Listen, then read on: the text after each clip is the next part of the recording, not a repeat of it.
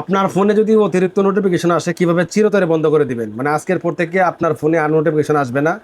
আপনি যে সাইটের সমস্যায় ভুগতেছেন, ধরেন যে আপনার এখানে অশ্লীল নোটিফিকেশন আসতেছে, অনেক শব্দ হচ্ছে, ধরেন যে সারাদিন কাজ করতেছিলেন, হঠাৎ করে ডাটা অন করছেন বা ওয়াইফাই অন করছেন, অন করার সাথে সাথে মোবাইল একদম অবস্থা খারাপ, প্রচুর পরিমাণে নোটিফিকেশন আসে। এখন এটা কিভাবে চিরতরে বন্ধ করে দিবেন, কোন জায়গাতে বেশি নোটিফিকেশন আসে আপনার সেই কাজটাই করতে হবে। ফর এক্সাম্পল, আপনার ধরেন যে গুগল ক্রোম থেকে নোটিফিকেশন আসে বেশি, খুব বেশি আসে। এখন এই গুগল ক্রোমের নোটিফিকেশন কিভাবে বন্ধ করবেন, এই প্রসেসটা চলুন দেখায় দিই। আচ্ছা, এই যে দেখতে পাচ্ছেন গুগল ক্রোম, এইটা ধরেন যে এখানে প্রচুর পরিমাণ নোটিফিকেশন আসে। এখন আমি কি করব, এটাতে আর কোনোদিন নোটিফিকেশন আসবে না। জাস্ট কি করবেন, এখানে এই যে ব্রাউজারটা রয়েছে এটা এখানে হোল্ড করে ধরে রাখবেন। ধরে রাখার পরে উপরে দেখতে পাচ্ছেন আই বাটন, এখানে ক্লিক করবেন। তারপর এখান থেকে আপনি দেখতে পাচ্ছেন যে নোটিফিকেশন, এখানে ক্লিক করবেন। তারপর এখানে দেখতে পাচ্ছেন যে অল নোটিফিকেশন, এখানে ক্লিক করে এটা অফ করে দেবেন।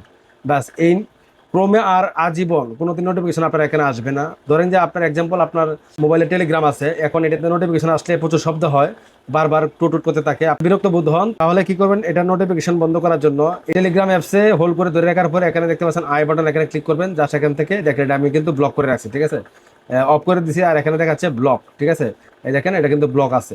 তো এইভাবে যে কোনো অ্যাপসের যে কোনো জায়গা থেকে আসুক না কেন, ঠিক ওই অ্যাপসটার ভিতরে, যেমন ফেসবুক থেকে আসে এক্সাম্পল, আপনি ফেসবুকটা হোল্ড করে ধরে রাখবেন। ধরে রাখার পরে এখানে আই বাটনে ক্লিক করবেন।